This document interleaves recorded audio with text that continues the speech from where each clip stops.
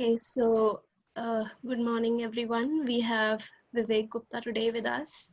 He he got his dual degree in computer science in 2016 from IIT Kanpur, and he was also the first coordinator of SIGML at IIT Kanpur. And his interests lie in the computational part of machine learning majorly, and he is currently pursuing his PhD at uh, School of Computing, Utah. He's also done various internships at tech giants, including Synopsys, Samsung, um, and he's also a research fellow, ex-research fellow at Microsoft. So thank you, sir, for being with us here. Yeah, thanks a lot for this introduction. It's my pleasure to be reconnect with all of you guys from my alma mater and talk about it, various stuff. And thanks for inviting me to talk. So let me see if I can share my screen. Who is the host here? I think they have to enable the screen sharing. Then I can share the screen. Can you try now? Okay. Yeah, I can. So can you see the slides? Yes, sir, it's visible. It's visible? Okay, Yes. cool. Uh, I want like someone to monitor the chat because it will be harder for me to take questions in between. And anybody can unmute anytime and also ask questions. Or if somebody, one of you like maybe somebody can monitor the chat, then it will be good. Like if there is a question, just interrupt me because it's very hard to look at the screen as well as the chat at the same time. So before even starting with the talk, I just need to advertise a bit about a club which I'm running at University of Utah. So it's Data Science Club. It's Utah Data Science Club. So actually this happened on Friday. So this is old, but it's okay. It doesn't matter. So you can check out the club here. You can join a Discord server. Discord is similar to Slack if people are not aware of it. And then there is a seminar talk every Friday. So the only thing you need to do is register. So if you register, then you will start getting the email. And if you even don't get email, I think you can get the Zoom link from the seminar talk here. So if you want in the end, like I can share the 3 links which are there. So you can attend. Although the talk will be like I think 11:30, around 11:30 p.m. in the night on Friday. So I'm not sure how many of you will be able to attend, but I just want to advertise a bit about this. Uh, Second thing, like School of Computing, University of Utah is organizing Visualization 2020. This is the best conference in visualization. And I don't know for everybody the registration is free or not, but you can check it out. At least for the School of Computing people, it's free. And I think it's free for students. So if you want to look like what visualization research look like and all, you can also attend this virtual conference. So SOC is hosting the conference this time, virtually although. Okay, now let's start with the talk. So, as in the abstract, like I will talk about 2 things. So, first is some of my research work, and in the last maybe like 15 minutes, and depend on the time, I will talk about like research, and you can ask me any open-ended question about research and all. So, let's talk about the main research topic which I did on my PhD. So I'm talking about InfoTabs, which is inference on tables as semi-structured data. We will parse everything in this, like what is inference mean, what is tables, what is semi-structured data. And this is a joint work with my advisor Vivek Srikumar and master student Maitre and another PhD student Tega. So let's talk about inference on table. So what this paper is about, tabular natural language inference, which is basically the task of reasoning on semi-structured heterogeneous data. Semi-structured is, you can for now assume table. I will explain you in detail like what is semi-structured. So what actually semi-structured in our case is the info boxes. So I guess many of you have seen the Wikipedia pages. And in the Wikipedia pages, if you look at the right hand side, there is an information box about that page. For example, if you look at the page of Barack Obama, there is a box in the side about Barack Obama.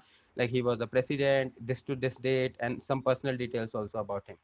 So these are called info boxes. And what we did is like we created a new data set where we give this info boxes as a knowledge source, and we ask humans to write sentences which either are true given the table, or false given the table, or undetermined given the table. Undetermined, like given the table, you cannot tell whether the statement is true or false. And this is somewhat called the problem of natural language inference in NLP. Although the other problems which were defined earlier was mostly on sentence based stuff, and this is like on table, especially info boxes kind of table. So I will give you an example, so don't worry if you didn't get what was there. So this is the slide which you should focus on. So dressage is a game, and if you go to Wikipedia page of dressage, in the right you will see a table like this of dressage. Although you will see much more information about dressage in that table, but I have proven, like for example, images and other superscript, subscript kind of thing. So if you just take the text out of it and clean it, something you will see on the right side of the table is something like this. This is a dressage. So now, I think you can guess from the keys which are there, like highest governing body, contact, team members, mixed gender. Like this is talking about sports. Dressage is kind of a sports.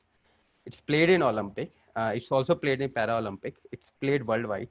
So you can get, like as a human, you can understand this information very well without mentioning of sports anywhere in the header or something. Now, let's assume that the human write or somebody write a statement which says like both men and women can compete in the sport of dressage. Now, you know that this statement is true given this table because there is a column, there's a row in the table which say mixed gender, yes. And mixed gender mean like both in men and women, and there is a yes in front of it. So this statement is true, which mean entail. Given this table, this sentence is entailed by it. Now look at another sentence. The same dressage athlete can participate in both individual and team event. Now this, if you look, is cannot be determined because although in the table there is team members, which say individual and team at the international level, it doesn't say the same dressage can participate in both events. So maybe you can play in individual, then you cannot play the team, but you can play the team, you cannot play the individual. But both sports are happening in the game, that can be there. So this statement is neutral. There is not enough information to either say this is true or either say this is false. So this statement is kind of a neutral or cannot be determined kind of statement. Now, last statement, FEI govern dressage only in the US. So first of all, you see FEI. What is FEI? FEI is this Federation for Equestrian Sports. So now first you see there is an international in front of it. Okay. So FEI stands for actually International Federation of Equestrian Sports. So international itself tell you like it is an international body. Secondly, you also see that dressage is placed worldwide. And this is the international body which govern it. So this is contradictory statement given the table.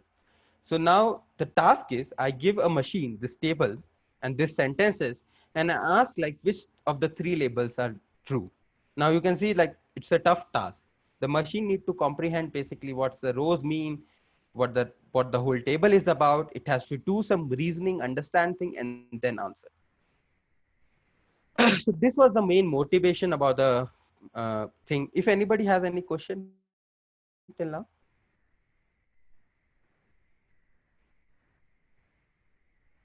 No?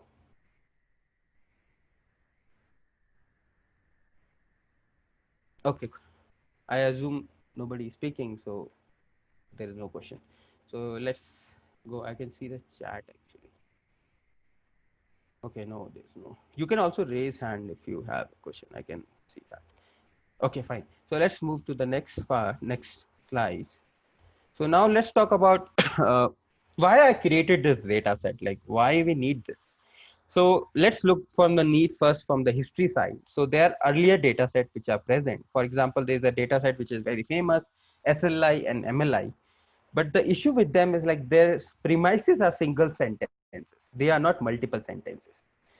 MLI has, and also, for example, in this data set, SLI, the premises are taken from captions of images. So they are not like, they are very general statement. They are not about an entity or something. So that make it and a little less interesting kind of thing. Although there's a utility of this data set a lot, it's used a lot. There are benchmark built on it, but there's a limitation to this data set. Similarly, MLI try to overcome the SLI by bringing sentences from diverse domain. But here also it's single, like it's a single sentence kind of thing. And there is no multi-hop, like not multiple sentences or multiple informations are used to get to the answer. Whereas in our data set, which we built, is tables which has a premise, you see there is semi-structured thing. What I mean by semi-structured is like this. So you can see there is key value kind of pair like horse, comma, appropriate horse tag. There are sentences also kind of thing. So they are somewhat like a key value kind of pair, and the value is open-ended. Like it can be yes, no, boolean. It can be words which are kind of thing, or it can be even sentences. So the value is somewhat like open-ended. So if it's open-ended, we can say it's a semi-structured kind of thing. It's not totally structured like a database. If you have seen databases kind of thing, it's like middle of that. Now, if you want to do reasoning about them, you need to compose multiple types of inferences, and you have to combine information from multiple rows and also use your world knowledge, because when you compress the information in a small table like this, then you don't mention obvious facts. Like you never mention like mixed gender yes mean like both men and women can play in the sports of dressage. It's implicit kind of thing. So you have to fill that missing information. Okay, that require world knowledge as well as common sense. You have to use sometimes multiple row. For example, in this statement I show that you have to use 2 rows to get to the right answer. You have to require composition over multiple type of inferences, which I will show later on how. Or if you can see in the example which is there in the bottom.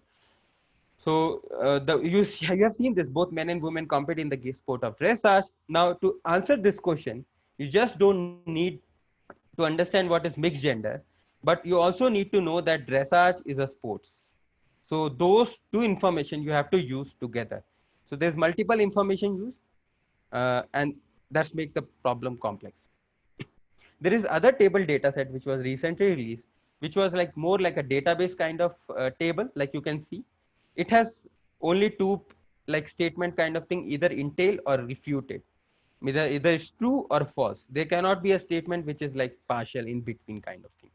So this kind of table is very different from our kind of table, because this is more like a database kind of table. There is a common header. There is other rows about say single entity kind of thing. So you can see if you take just one row and the header, then our table will be constructed, and then basically transpose it, then our table can be constructed. So you can see in this table there is much more information. The reasoning in this are very, very different, which I will show in the next slide.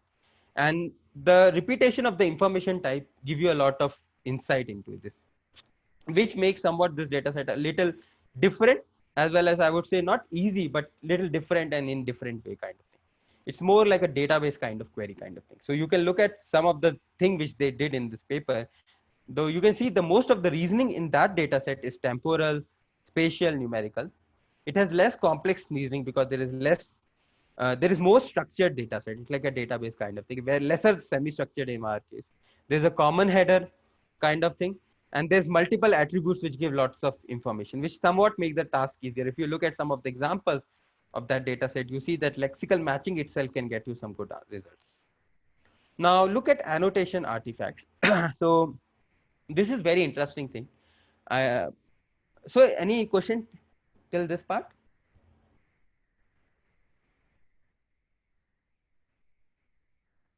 Okay, cool. I assume there is no question.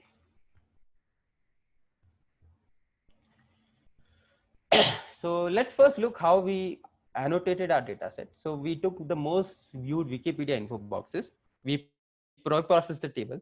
In when pre-processing, what we did is we split the table if it's too long into multiple parts. Instead of giving just one single long table, we can split according to sub heading and make it multiple tables. Then we basically annotate this table by giving it to Amazon MTurk, and then ask them to write 3 statements: one true, one false, one cannot be determined. We take a subset of this and again give to annotators, which is different from the original annotators, and ask them whether the given a table and a statement, whether it's true, false, or cannot be determined. This is like a verification kind of thing. And then we did this for only subset, which is the dev and the test set of our data set, which is our verification. And we use this for inter-annotator agreement, seeing how good our data set is, how people has annotated our data set. So now let's talk about artifact in annotation. So it has been shown that these models, specifically like BERT and Roberta, are able to get to the right answer, but for the wrong reason. So what I want to say is like they give you the right answer, they give you the correct label, but they are doing something wrong on the background. So for example, like I can say something is contradict, which is false, if there is a no or not in the hypothesis. It might be possible that this is a false statement, but the model is able to, just if it see no and not, then it predict a contradiction, because there is most of the statement has correlation with no and not to the negative thing. Secondly, people did one more thing, is like they remove the premise part, or they remove the table and just give the sentences, and check how much accuracy you can get by just giving the sentence. There is no context or table. So there also they see that you can get good accuracy just by giving the sentence without any premise, which is like incomplete input or noisy input. So this is called hypothesis bias, and people have shown that this is also prominent in NLI datasets. So now to overcome this, what we did is like we make multiple test sets. So all these tests has some control differences. The first test is simple test set. We take the whole data and split into some part. The second test set, what we did is we take a portion of the data set and we again give it to annotators. In our case, it was expert, which is the authors of the paper, and ask them to change minimum word in the sentence such that the label get flipped. For example, alpha 1 become alpha 2. For example, entail can become contradict, contradict can become entail, but neutral will remain as it. Nothing changes with the neutral. And third thing, what we did is we take table from very different domain and then give it to annotator and ask them to write again 3 statements.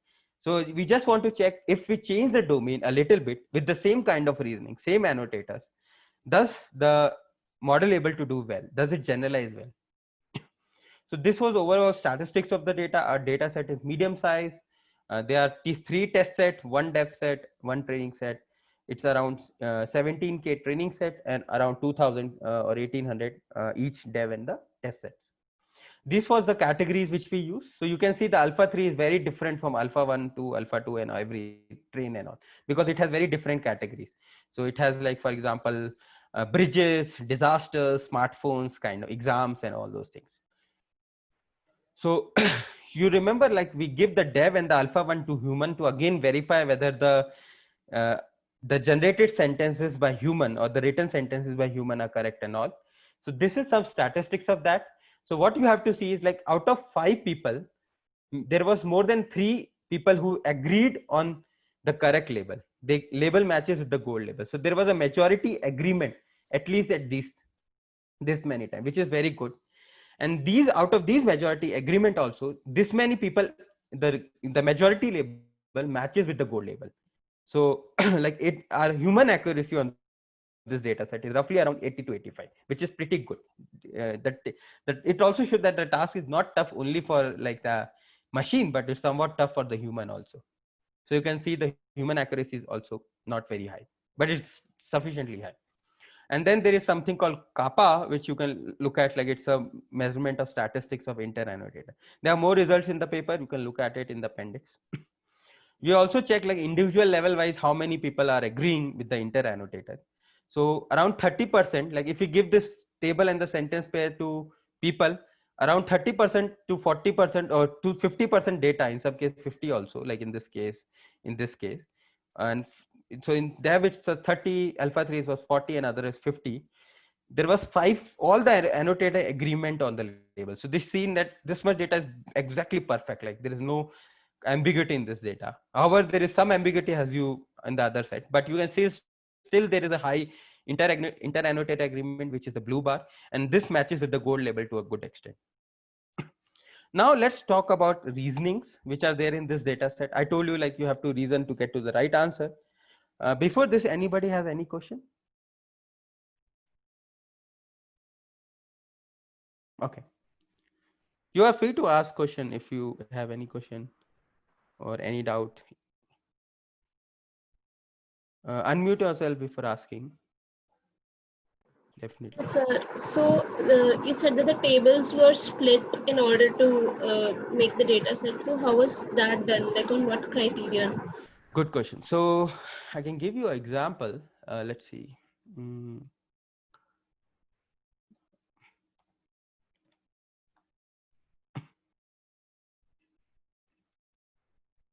So for example, this is the table. Okay. I can split in, obviously I remove images and every like caption and signatures and hyperlinks and all. So now what I can do is like I can take a subheading. For example, I can split by this place. I can again put the title Barack Obama, for example, Barack Obama here, and this can be one table, and Barack Obama up to this can be one table. So this table is more about like his office of positions, and this table can be more about his personal stuff. So you can choose one subheading to basically split, and the subheading should be much different from the main headings, like these headings.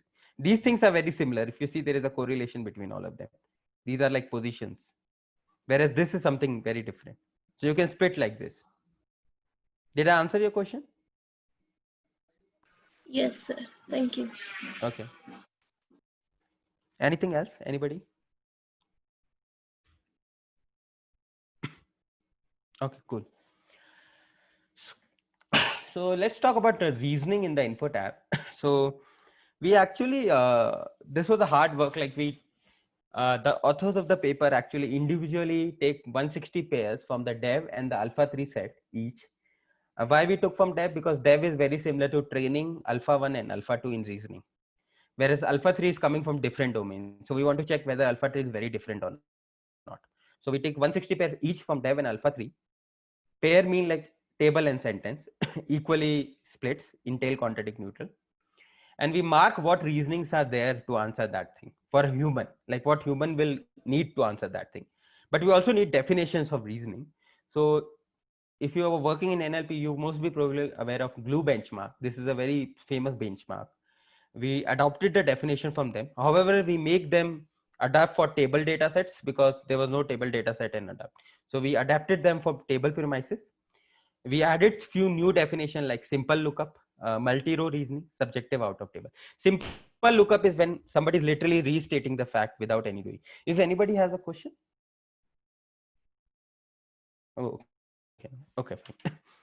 So simple lookup when you are not doing any reasoning. Multi-row is like when you are using multiple row to answer. For example, in the last statement, FEI governed tracing on the US, there were 2 rows which were used to answer that question. So this is like a multi-row reasoning. Subjective out of table is like when you say, like when you make use of like adjectives or proposition, value proposition or judgment. Like he was a great president. How do you know what is great stand for? How do you measure great? So like these kind of information or something which is missing from the table, out of table, then you mark it as subjective and out of table. These were the old reasoning, and these were some adapted reasoning from the table. You can look at the paper to understand more detail on these reasoning type. So this is how we mark. Basically, we took a table, we see the sentence, and then we mark which reasonings are there. And this is what we got. So this is for the dev set, this is for the alpha 3 sets. So first and foremost, what you look from this figure is like we have all kind of reasoning, all except syntactic alternation and ellipsis. Mostly other kind of reasonings are there. Negation is only present in the contradiction mostly, which is expected because people negate things to get false statement. Other thing which you find is like the knowledge and common sense is pretty high, which is very interesting because the table has missing information and you need to infer meaning of the semantics or the words to get to the answer. Third, you find there is subjective out of table, which is there. And these are mostly there for the neutral, the red bar, which is the neutral mean like cannot be determined. And this is much obvious because like people will use subjective or out of table information to write a cannot be determined or maybe true, maybe false kind of statement, which is not exactly true, not exactly false. So like looking at this thing, we've realized that annotators are doing what people would naturally do, and this reasoning makes sense. Now let's look what current state of art models do on info tabs. So first what we did is we make our adversarial baseline or the hypothesis bias. I told you when I totally remove the premise and give the table how much I get accuracy. So this is what I get. So when you train hypothesis only baseline, which is the blue bar, you get this much accuracy on all the dev and the alpha 3 set.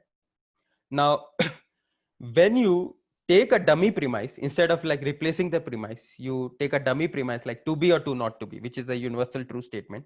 Then also you get similar thing. The other thing is like you can swap table across sentences and then run the model. So here also you see there is slight improvement. I tell you why, because the model has at least seen the tables all in the data set. It has seen the structure. So maybe he's doing better just because of this. But you can see that in these cases, but you still see that the accuracy is very high, like 60%. But you see that the alpha 2 and alpha 3, which are the tough test sets, because here we have break artifact by flipping statements, and there we have taken different domain tables, the performance is less, and there is around 12% gap. But you can see that the annotation artifact is still there. If there was no annotation artifact or very less annotation artifact, the performance should be roughly 33%, 33, 34%, because it's a 3 label and the random probability of each label is 1/3. All the test sets are balanced into 3 labels. So you can see that the first thing which you definitely say people is check the hypothesis bias, because that's very important. Now let's see if we can run the experiment by taking table also into account. But the question here come like, how do you represent table? Because there is no model right now which can take table. Now there are a few in the recent conferences, there are some models which are appeared. So what we did is we take the table and convert them into paragraph. How we did this? We convert each row into a sentence and then just concatenate all the rows. For example, in this case, the equipment of dressage are horse, approximate horse dress. So you can see I took the table like equipment, approximate horse dress. This is the row, and I converted this into a simple rule template to a sentence. And now I do it for all the rows and then concatenate it. If anybody has questions, they can unmute and ask. I don't know. Okay, fine. So the other thing which we did is like, since earlier model just use single sentence, we also thought, can we get only single sentence given a hypothesis? Because maybe the hypothesis is not using all the rows. It may be using only one or few rows. So can I get those rows and then check how was the model doing? So what we did is we just checked semantic similarity between these sentences and our hypothesis and just get 1 or 3 rows, which are 3 top similar things. So the assumption here is like the hypotheses are derived only from the subset of rows. A given hypothesis is only considering only few rows. This is true also, as you can see in the example which I presented, only 1 or 2 rows or 3 rows are used to get to the right answer. The third thing is like we forgot about the sentence and just represent as key value pair, key colon value separated by semicolon. We don't convert sentence, nothing, just flatten it out and give it to a model. So this is the 3 way we represent it. Now let's see the performance. So first and foremost, you see that giving full premise and structure help a bit. Although the difference between para and structure is not good, not very large, there's slight difference, which is because our structure is very, very weak. Like it's just flattening out things. That's not, but there's no significant difference. That is mean like bird can even learn like unstructured or structured kind of thing. It doesn't need full sentence to learn things. It can adapt to things. You can also see that the performance improve compared to the hypothesis only baseline, which is this dotted lines in this. So around 10 to 14% improvement we got, but the improvement is very minimal when you look at alpha 2 and alpha 3, which is our adversarial or test set, tough sets. So full premise is better, slight improvement with the structure. And now the last thing, like this was the human performance. If you remember, I show like human was doing around 80 and 84. So you can see there is a huge gap, especially in alpha 2 and alpha 3 between the human performance and the machine performance. So there is huge gap need to be fulfilled to get to the right answer. We also took these models, the best model, which is this and this model, and check what did they reason on the sentences which we labeled, like the 160 pairs which we labeled. And we found that in all the cases, mostly, they are not able to reason as much as what we have reasoned. So this is the Roberta side, which is the machine model, and this is the human. So you can see that the reasoning was 40, but the machine was not doing it. Another thing which you observe is slightly they are doing better on the neutral side. Like they are able to do very good on subjective neutral. They are able to get it very right. They are doing very worse on knowledge and common sense. They are doing worse on somehow categories kind of thing. And the thing is same for dev and alpha 3 set. Like they are not doing as good. except subjective and out of table, because that's easier to find. It's just lexical matching. If something is not there in the table, you say it's a neutral. So you can see that for these kind of reasoning, the model performance is as good as the human performance. But for other, the model performance is not as good as the human performance. Any questions till now? Hello. Yes. So, like, when we are converting the tables into sentences or paragraphs, so like, how exactly are we utilizing the structure of the table when we are flattening it out? Awesome. so no structure, it's just key value pairs. So for example, I can say title colon dress it, highest governance body colon this thing, contact colon no, team member colon this, mixed member colon this, and then there is a semicolon which is separating them. There is no just flattening out things. So, and there is colon and semicolon which is actually exactly telling you where the difference in where is the next row starting, and colon mean where is the value starting and the key is there. Key is the left side of the colon and values are on the right side of the colon. And semicolon is used for separating the rows. Am I clear? Okay, got it. And the paragraph thing, we just use simple template like this. Like the key of title are values, something like this. So if you put the key is equipment, of title is dresses, are this, you can see that this doesn't always work. Many cases it won't work. So, but now we have done something more. We have able to make better rules and convert better tables. So if you want to talk about this, we can talk offline, like what we have done now. Okay, just one more question on this. Yeah.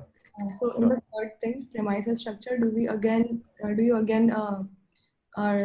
take the semantic similarity thing to only keep relevant facts, or like all the? Yes. So in this thing which we did, we basically took this semantic similarity between the hypothesis and each rows and prune some rows. Where we use word mover distance, which is like a word embedding based thing, and just keep either one or three rows kind of thing. So in the paper there is 1 and 3 both there, but here I have shown only result for one row, top one row. So does that also happen with the table fact third part? No, good question. We didn't do that for that table fact, but I think that will be similar like this. Like if you convert tap send kind of thing, something like, or like the sentence version of this also, key colon value, I think same thing will happen. Okay. Good questions. Anybody else?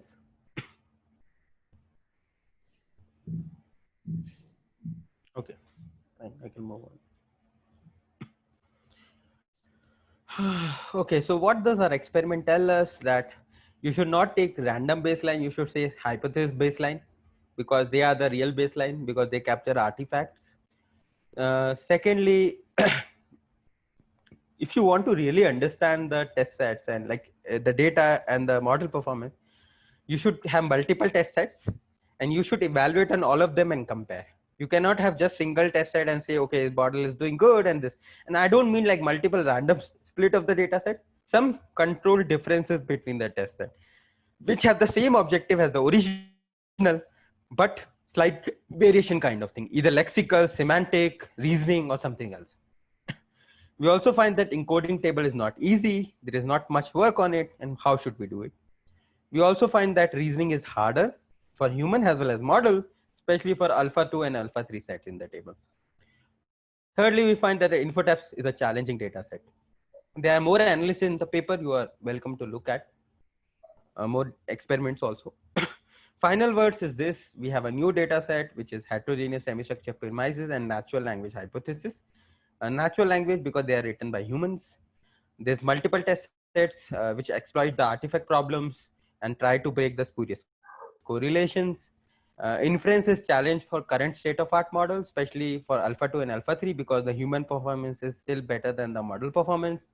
InfoTaps is a new kind of encourages new kind of representation for tables, new kind of models, working more on semi-structured data. and we encourage the community to look at it. So you can look at info tabs. I think this is my last slide. If you have any question, you can ask now.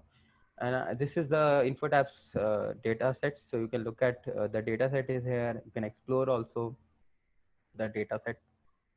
These are like but of I think random 100 thing, but you can look at the whole data set also if you want. Like this is the data set GitHub. So and this is the paper and this is the code. So I think that's uh, all from the slide. I think nothing more. So if you have any question, I'm happy to answer on this part. Uh, so one more question. So this is Yes, just go ahead. asking for your insight on comparisons. So like first we have a language model which is completely self-supervised, and then we saw that there are knowledge graphs which are somewhat structured, and then Yes. the new version of your proposed version of information in the table. So, Yes. so do you have any comparison on knowledge graph versus info tabs, or like any insight? Yes. How would you? So I feel like info tabs is semi-structured nature of knowledge graph, and also it's not knowledge graph, complete knowledge graph. Abhish, I see a noise. Uh, okay, cool. So it's a semi-structured knowledge graph. So I can, so if you take a DBpedia, for example, and see the dressage, you will not find like these kind of categories, these kind of key values. They are more like fine grain. So it's not knowledge graph. Obviously, you will not have something like individual and team at international level as an entity in a knowledge graph. Knowledge graph is entity relation entity. So this can be entity.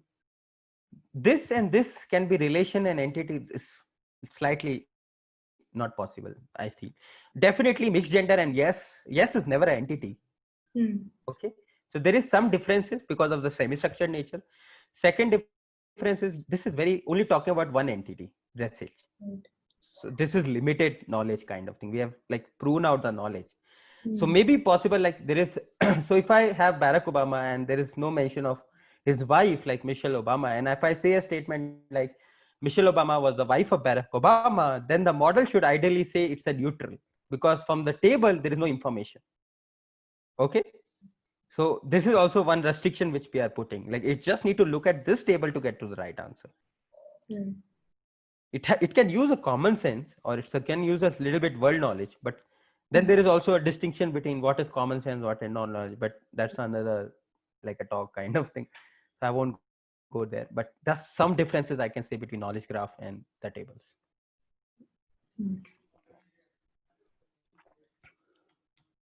Anything else?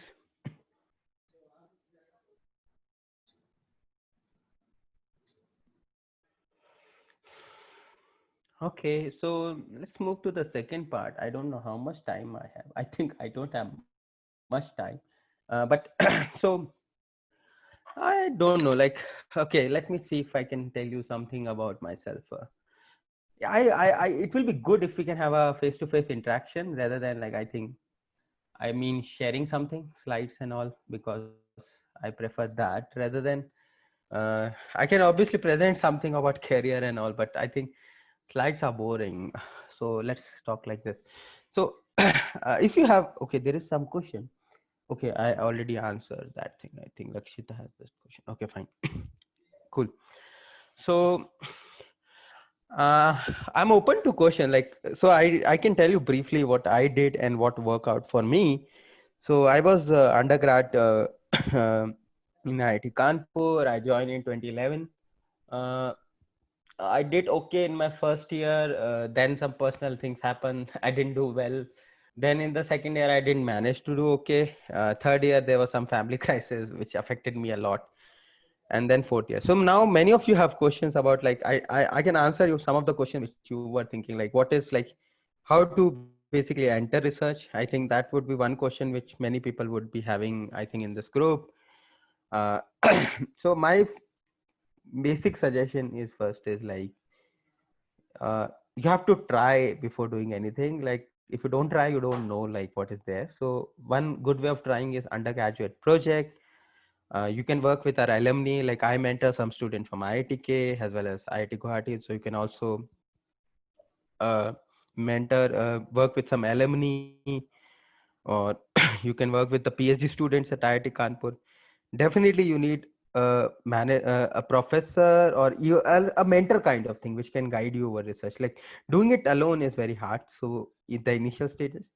So at least this is what I feel work out. So I did 2 UGP, which actually made me interested in NLP and ML.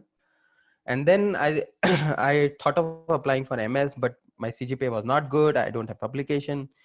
So then I basically convert to dual degree, which is like 5-year master BTech program. And then I did work with Flipkart, like it's a joint project and all. I went there intern, and then I also continue working here. And that master thesis, I tried very, very hard to get publication. And it's hard because like getting publication in 1 year, like if you have zero publication, starting is harder.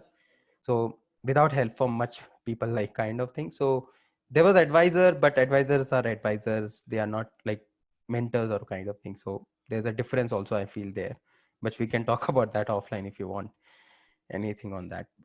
But so the point is like that workout, I was frustrated also many a time. So then I started the SIGML group also, which was like same thing, like Brain and Cognitive Society, where we meet people. There was lots of BTechs, which are my friends, juniors, some MTechs, which were interested. And there was talks, there was also like reading groups and other things. So which also was a distraction kind of thing, which make me like, will doesn't stop the learning and just concentrate on one thing, which actually helped me like clear my mind and all. And thirdly, I started playing sports to clear my minds, or running or something. So I think these things help me like to sustain research when you are stuck at things, and you will get stuck for, like I was stuck for 2 months at one time. At that point there was a phase I was stuck for 1 month, separate phase. And there are sometimes like things doesn't happen, like you are not stuck but it's not working out, you are not able to work. Like in pandemic time, for example, many people want to work but nahi hota hai. So that's also there. So I think these things happen, you just need to keep motivated and all. That's the thing. And then I basically have a paper. Then I went for intern at Microsoft Research, which was Microsoft Research, a very nice place, but it's super competitive also. So I don't recommend like everybody should aim for that. Like you will get only like this, not so easy. And then I did good internship work, as well as like I think I have a paper, and there was some luck factor also. Like I got a research fellowship there. Generally, with that CGPA, it's very harder, so hard to get a fellowship and all. But I got it, research fellowship. 2 years there was awesome. I mentor student. I work on Microsoft projects. I reviewed for conferences. I went to conferences. So it was awesome. There's also then the PhD application time, which is another very stressful year kind of thing. I applied to top places. I just got 2 accept from 10. And I had publications. I have everything, but didn't work out. Many people moved from academia to industry at that time. Also, like I was underestimating the competition somewhat. I feel like maybe mainly because of the CGPA, I was filtered out and all. But it's okay. Like I went, then I thought like, what should I do? Luckily, I got into Utah, and I'm working with very smart people now here. Like I have no regret. Like I didn't got into great schools now. And then like I went here, I came here. Here it took some time to settle down. Like obviously, when you shift to a new place, especially out of country, like food and everything, you have to do everything here on your own and kind of thing. So initially also I also faced lots of trouble. I talked with some of my mentors at IIT Kanpur, like Professor Raik, Professor Karnik, TV Prabhakar, Ratan Ghosh and all. So that basically somewhat gave me some more like motivation to stay here and do well, especially Professor Rai. And then I continued here, and it worked out. Like then 6-7 months I was okay, I was happy here. And I also feel like research, if you want to do, make just not do for getting publication or something, just do also like which make you happy and which you feel passionate about. Like for example, I like table based things because I think that could be used. So I don't see much technology in the world which use tables for doing things like table question answering or something like that. There's a lot of things which utilizes text very well, but nothing much do text. So I'm passionate about doing something on this. So also have those passions, also some driving factors behind your research. Just don't like have to publish, so I have to research. And also aim for high things in the beginning. Like if you I know it's very hard because you are in the pressure of getting publication, then you will get PhD and all those. World is judging at every point. But I still feel like if you get very good work compared to get a work, that's a very different thing. So try to get good work. So now I focus on good work. So I work with people at Piyush Rai also, and I have published very good simple techniques which work very well. I work with my advisor. I have work on fairness also. So then things open. Like you need to keep your mind open and also listen to people. Just don't like say your things. So that's also this on this end. Like I would like to listen from all of you rather than me speaking. If you have any questions or if you want to ask anything, I'm open to it. Hello, sir. Yes, go So, ahead. I don't know if you can recall, but we did have an interactive session on behalf of ANC.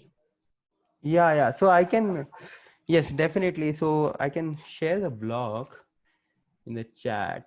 So, I mean, I interacted with you during that session, so it's really nice to again have session with you.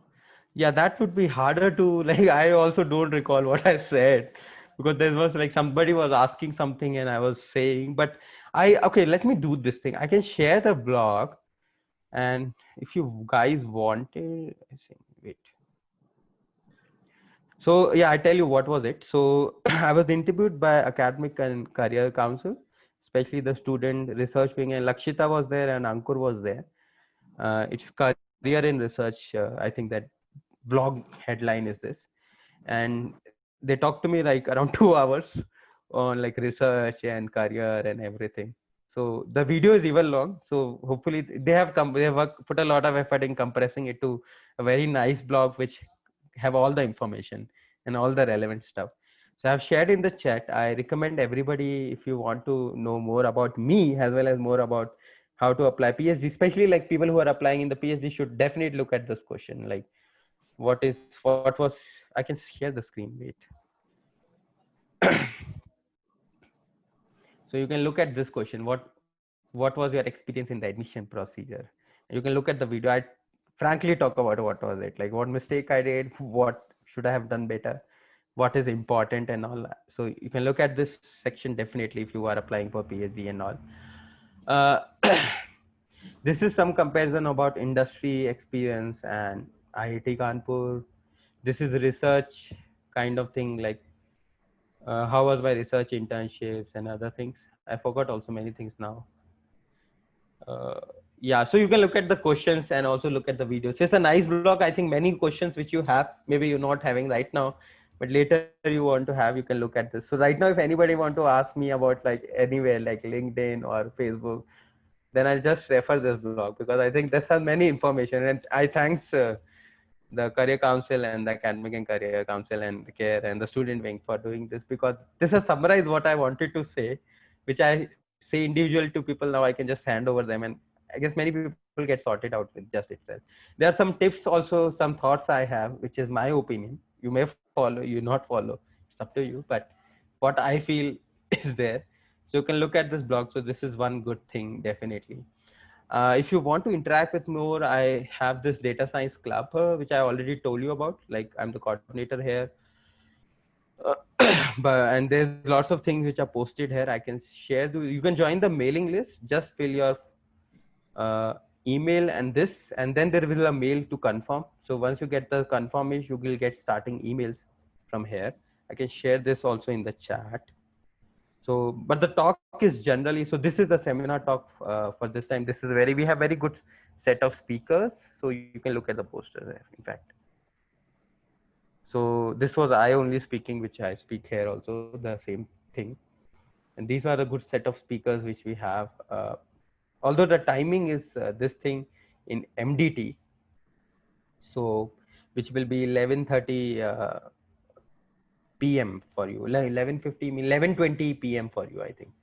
Yeah, 30 minutes before, 11:20 PM to 1:10, which is like, how much is this, 1 hour 20 minutes, whatever. So if you want to attend, you are welcome to attend. The good part of being virtual is like you can attend lots of things here and there.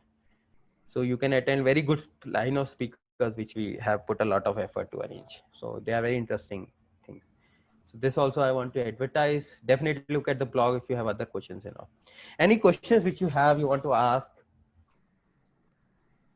even related to pandemic, if you want to ask something like how should I manage time, or what can I do to help better? Actually, that would be good. We all are Okay. facing managing the Yeah, pandemic go ahead. with courses and other projects, and it's the main issue is we are mostly lazy and we don't do. Sorry, can you repeat last line? I was saying that the main issue is in the pandemic, since like there is no lesser peer pressure, there is lesser work. So yeah, some tips on that would be great from you. So lesser work in sense like you are not able to do the work, or there is less work overall to do. There is work, but we are not able to manage very well. Disease. Okay, awesome. So what I feel kind of thing is like mm, I think having some routine or is important. So I always time my things like what I will do and all. I try to follow as much as possible. Although I also sometimes like cheat on that. So I think that is one thing definitely you should have. Like you should time your meeting and your focus hours, like where you work on things. Although I agree, like all of you are in India and probably at your home, so this is very difficult. Me being like away from home, being in US, like at my apartment, it's different thing. So I cannot generalize my thing, but probably you can take some fixed hours where you are fixed, like you will study things or you will do things.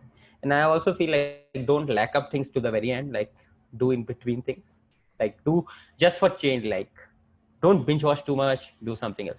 Other thing I recommend, like in this pandemic, I would recommend and not recommend also, do some physical activity either in the home, most probably in the home if you can do, or outside if you want to do running in the very early morning or very afternoon India. Evening I don't suggest because I don't know, it's a nice time to go out in India specifically. It's depend on an area and all, but morning you can do early morning running or something, or even at home you can do.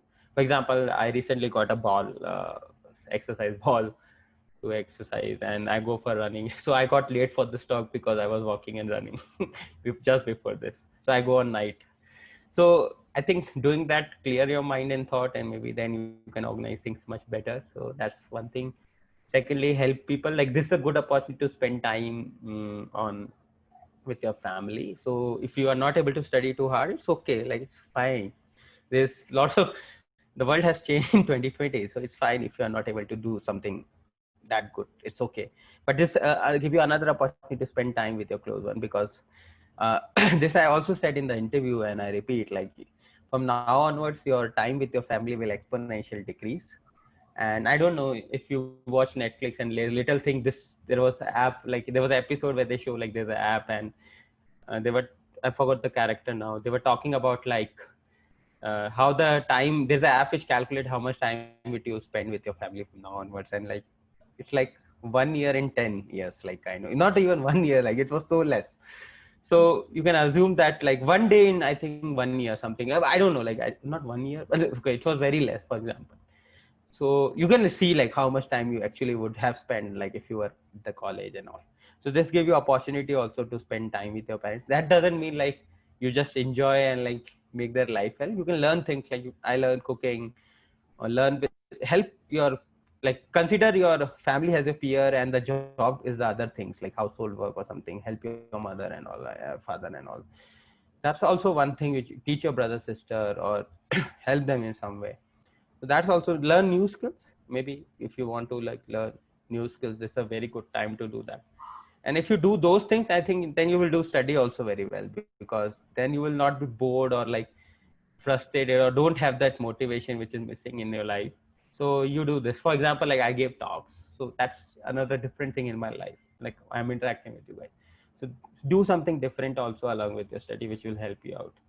That's my thing, and that doesn't mean like I'm saying do all this other thing like don't study and that's, so don't interpret in that way. I'm saying like do other things also, interact, kind of thing. I got a pet, for example, not a pet, like I started interacting with pet, and I think I like pet like a cat and all.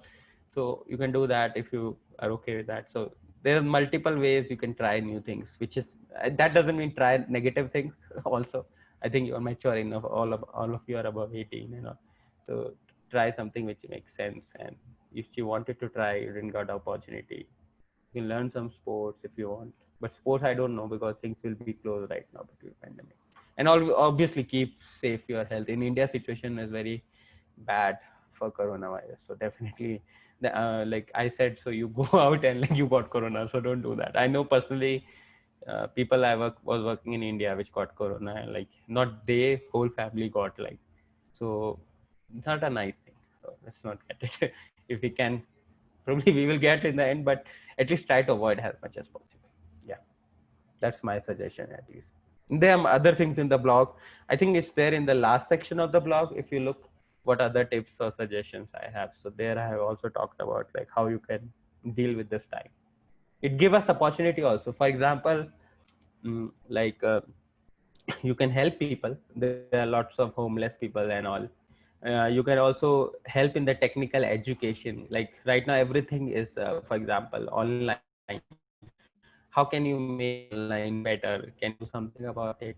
So there are lots of opportunity also, these things open. Maybe you can contribute in that. For example, like some lecture notes are like large and heavy, maybe you compress them and share with your colleagues or the class.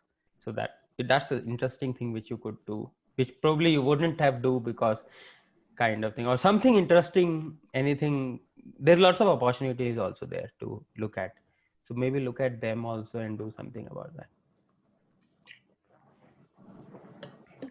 Anything else? Anybody? So I see only two people asking question, and rest of them either they are there or not. This is also one because I cannot see the face. I just see their names. So I also don't know whether they are there or not, or like I no idea. Anyway, so definitely something need to be done about this thing at least. I feel. Anyway, but this is recorded, so I think it's fine if people don't want to show their faces also. So it's okay. So like Any questions?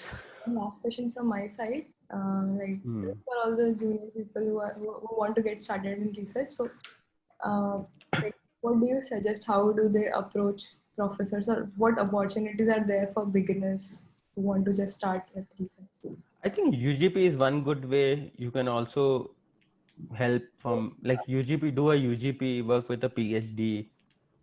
It might not necessarily be a PhD in ITK also. It can be PhD outside. Like I mentor a few students. Uh, you can do startup interns. Also, research intern is little hard to get, but maybe working in a startup and doing some research oriented project, that could also be one way. UGP is one good way, but UGP I don't think so in this time is also very nice. You can obviously look for opportunities outside. That's one way. So I think for beginner, it's like you need a very good mentor, and the mentor I feel like professors are too, they are very busy. So you need someone who can like spend really good amount of time with you every day, every week. Professors cannot do that, especially if you are not a PhD, because then the obligation of helping is not that great kind of thing. But do people do like very good professors do that? So that's one way I think. You can work with the PhDs of professors also if you want. Or LM kind of thing, who are doing PhD or working in industry. So for example, like I tell you one story about this coronavirus and all that. So there's an alumni which name is Avikalp Gupta. He was also at MSR. He's junior to me 1 year, and he has startups, like he has done lots of startups, uh, like venture capitalist roles and all. And now he's just did one more startup on the mentoring side, like where there is a students, there are mentors, which can be alum, not alum, and then the students apply. It's called allocate innovation kind of thing. If you want, I can share it also. And like the idea is like he created the platform, everything and every stuff and all, like in like less than 2-3 months, and like we are on the startup thing. Let me stop sharing and send you the link. So there basically it's a platform where you have mentors and mentees, And this you can see like it's okay, I have not stopped sharing the screen, sorry. Let me so you can have this, for example, there's mentor, there's mentee, and this is the thing which you can do, like, so like research experience also you can get. So they're like mentors which are alumni, non-alumni, like I'm also a mentor in this. So this is the guy who created it, and Avikal. And then like how its work is there, and like so this is a good way to connect mentor with mentee. And we are already floating doing some projects through this. And so this is one way. There is other way also, you can directly contact thing also, like I have worked with lots of students, maybe other people also do that, so you can contact them. You can talk to a professors also, you can talk to a professor outside also, but little unlikely like he will work with you at this level because you are undergrad and all. So that's other lots of ways are there, opportunity, you should be aware of it. That's, I'm happy to talk offline if you want to know exact opportunities, what can be done and all, but on broad level these are the opportunities. Yeah, that's very helpful. Anything else?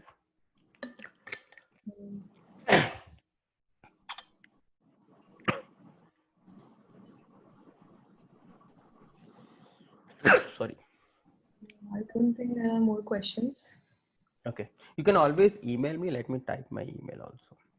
And one caution, like the chat will go away when I close, when this meeting ends. So if you want to take out something, take it out. So that's also I'm saying, if anybody wants to take out. So this is my email. This is my website, and you can also look people who have mentored also in this website. And this is my email. Other links I have already posted. And for this paper or data science club, I already posted, so you can look at this current seminar. If you want to see, I can post that also. Poster. So the time here is in MDT, so I just mentioned T. I also made ST. Just a second.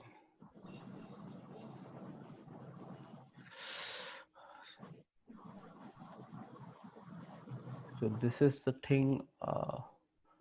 Else, I think this is the main thing. Is there? Yeah, this is the main thing. Anything else you want to ask, you can talk to me. You can email me. You can also, if you want, you can add me on Facebook also. Search Vivek Gupta. Okay, I will give you my Facebook. I'm active on Facebook. I wanted to ask something. Yeah, go ahead. Who is this, by the way? This is Avisha. Sorry, I cannot share my Oh, no video right problem, no now. problem, no problem. Would Yes. you like to introduce yourself? Because I never took an introduction. Like, anyway, go ahead. Yeah. If you mind. I'm Avisha. I'm a fourth year undergraduate here, Hmm. majoring in electrical engineering, and I'm also one of the coordinators of BCS along with Ishika, Yatin, and Yash.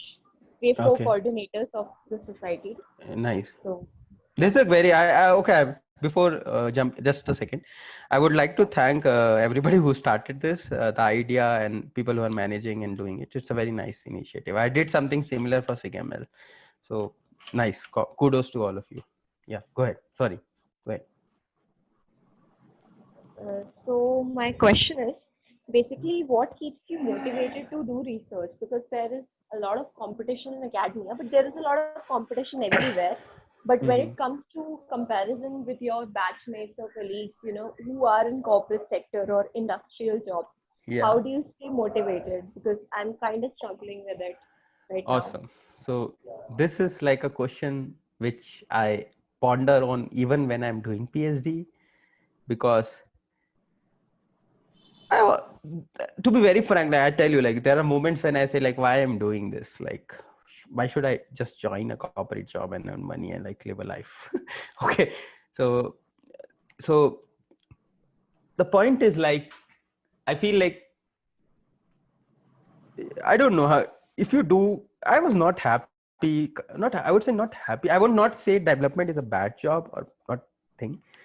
But what I feel is like the job or the thing which you will be doing in your life, that you will do 8 hours out of 24 hours, roughly, at least 5 times a week.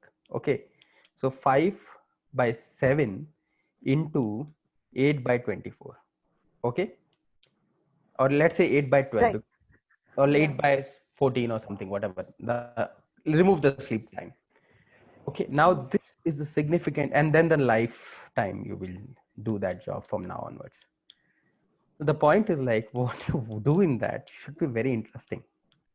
Otherwise, like it's, you can understand like this, you should be really happy about what you do. It may be development job, maybe you like your job, what you are doing, you are building products and all. I totally respect that. But like for me, I feel like I need to do something more, and I feel like education is never wasted somewhat, like because somewhat I feel like education help you out in doing later good, very good in the later phases of your life. So probably it's not a bad idea to do PhD and educate yourself and this thing. And secondly, I like research because it's innovation, it's something new. You are not just, so it's like not maintaining things, it's also like creating things, like kind of thing. So another good thing is like you can be entrepreneur, which is exciting, super Right. good thing. I feel like entrepreneur do both innovation plus sustainability. Research is more like, so just don't think research is about publishing paper, or yes, I think research is also about creating impact. And the point, one thing which is definitely true is like what happens is like the research you will not see the impact within like year. Okay, like Right. Yeah. you will see the impact 10 years down the lane. So I can tell you a few stories just to motivate you, kind of thing. Probably you have done algorithms and data structure, or maybe you haven't done. So you studied lots of algorithm like Digestra, Nuth kind of thing, and all those things. I forgot many name of those also. At some point of them time, they were just papers by somebody. But look at the impact they have created. They have created fields. They have created standards. They are used everywhere in industry. So just I'm not saying that everything like what I do will be such big. That's also hard. Creating such an impact, kind of impact is hard. But if you never try, you never. And even if you do something, for example, not that level of impact, maybe you are unsuccessful in doing that impact. But whatever impact you left would be good. I can give you few examples from my side. Like the thing which I did for my research, some of them are now deployed in production in startups. So one Japanese and Chinese startup is using my algorithm. Flipkart is using my algorithm. Microsoft Bing is using my algorithm. So maybe I don't like this can also happen when you are industry, but the chances there of innovation because of the product deadline and other thing is little lesser, I feel. So this is there. And also I feel like having spent time in education is never wasted out. so so maybe it's not bad idea to do thing. And obviously like PhD is like self question, like why you want to do, if you want to do a PhD you should be very clear on why. So there are other motivations of people also. For example, I want to be a professor in future, and the only way for me is like having a PhD, and that's a training kind of thing. PhD is the training to be able to do independent research, guide students, write proposal, graduate PhDs, lots of things. In fact, talk to industry, consult industry projects and all. So probably like you won't get that PhD if you don't do this hard job. And I do agree, like you will feel like okay, your colleagues are progressing, they are buying car, they are buying house, all those things. It's okay. You will have that thing in a little time late, but it's okay. So that's my suggestion, kind of thing. I am not encouraging everybody should do PhD. PhD is not for everybody also, I would say. Think about like what you want to do and what's there. But I think even before do like even doing research, like if you do research and don't do a PhD also, that's also fine, I feel. Because I've seen people who have research mindset and did some project and have some paper or did some MS, and then they basically went to industry. They are doing much innovative work there compared to other people. So there's Right. other benefits of that also. It's not always you do PhD also. You can publish for some time, like you can work for IBM, Microsoft, anywhere, publish something, and then you can also. But the thinking become very different. Like you get the idea of innovation and doing things. That doesn't at all mean like in normal industry innovation doesn't happen. It happens, but the research is more focused on that. That's my point. I think it's a long answer, but I think you got what I want to say. I hope so. Just one more thing I'm curious about. Yeah. What's your creative space like? If you, as you mentioned in your blog also, like apart from three or four other things, you mentioned creative thinking. So usually we plan out things and try to stick to the schedule Sorry, can you and repeat the question? follow the itinerary or whatever. Hello, am I Uh, audible? yeah, you are audible now. Yeah. So my question was, what's your creative space exactly? As you mentioned in your blog, apart from two, three other components, you mentioned creative thinking. So how does that happen really? Like, Okay. yeah, I mean, like we usually try to, plan out things, stick to the schedule, and do stuff like that. But creative thinking doesn't really happen that I way tell you, usually. no, it happened. I tell you. What's your experience? So Yeah. you plan out things, but it doesn't go always that way. So Yeah, yeah. everything which I end up doing, for example, in this data set also, I thought when I create this data set, the model which I will run will get 33% accuracy or 40% accuracy. But I see the Okay. model is getting 70%. Then I basically say, why is this happening? This data set is hard. Even human is not able to get it like 100% or 90%. Then you basically see, okay, oh, what can be happening behind it? Oh, there can be artifact. Oh, then we basically see, okay, how can we test that thing? So you created multiple test sets. So creative thinking doesn't happen like overnight. I'm not saying overnight in sense like the thing is when you get stuck with things, you come with innovative solution to figure out. So that's one way of creative thinking. They are people who are expert kind of thing. They see problems in the world and then they find creative solution. Nobody has solved it. So there are startups, there are professors which develop algorithms which change the topics and all. But that kind of thinking will take you a lot of time, like a lot of age to be at that level. But this is one way of creative thinking. You thought of idea, for example, this way, like I see, okay, people are not doing much on table, and this is there in the web. For example, table is everywhere. I can show you multiple examples which we look before even starting this projects. So then we say, okay, this problem is important, but then we found nobody has done this. This is itself a challenge. If somebody hasn't done it, then it's also fearful, like why you are doing it kind of thing. Also, it's easy to do the standard things and all, but it's very, I think, a tough or risky to do on a little different and differential things. So I think when you do that, you will always face roadblock and you need creative thinking to get out. There's no other way. And you don't have to like, okay, I sit for 1 hour and like do whatever like this and I will get idea. No, this never happen. So this don't happen generally, Yeah. naturally happen. So this is, I think, the way creative thinking, at least for me, work. It's my opinion. But yeah, disclaimer, it's my opinion kind of thing. People sometimes are smart enough, they come with idea just by sitting and all, but I'm not on that level. So maybe.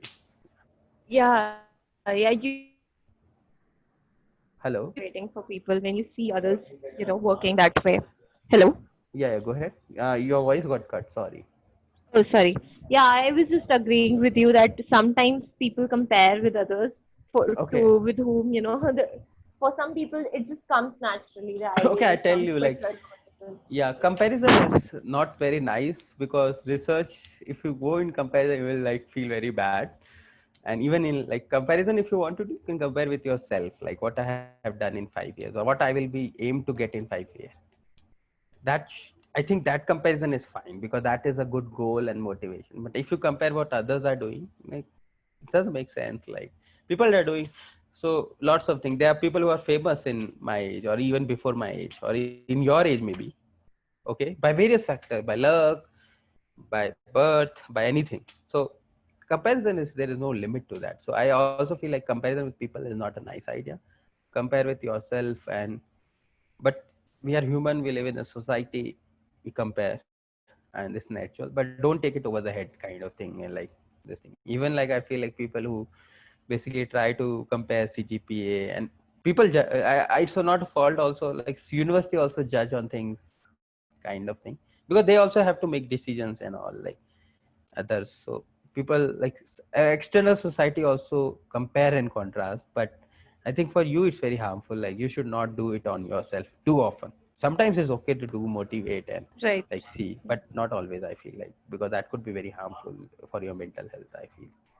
And this is some experience which I'm saying, like I also compare, but no, I don't think it's a nice way. Yeah, go ahead. And not anything more on this topic. Definitely I would prefer like not on comparison, anything else. Go ahead. Yeah, I understand. Yeah, so that's all from my side. Okay, cool. Um, like, Anything else? Okay. So I want to thanks everybody, and especially I like good part about this thing, which I appreciate. I was hosted by a woman. I was asked all the question by three women, which is very interesting, which generally don't happen in a talk so far. I'm happy about this, at least seeing this diversity and the change in this, and there are more women in this, or equal maybe representation of both in this thing. So which is interesting. So yeah, good. I appreciate this also. And I thanks people who started this society, who was working for this and doing something different. That's all. Anything else you want to ask? Or you can ask me later also by email or something. By chat. I think there are no more questions. So, Oh, okay. There are more questions. no, I said that there are no more questions at this point. So Oh, no more question. Okay. probably people will come to those questions. Sure. You can add me on Facebook. You can, obviously you will not get reply immediately, but you will get in within 12, 13 hours, definitely 24 maybe. I'm not that busy also. If I'm busy, that I feel like I'm not living my life also. So we, I'm trying to make some balance in life. Yeah. Anything else? Okay. Nice talking with you all, guys. Thanks for your interesting questions, and thanks for inviting me again. And let me know if you need any help in the future also about anything. Feel free to contact me. Okay.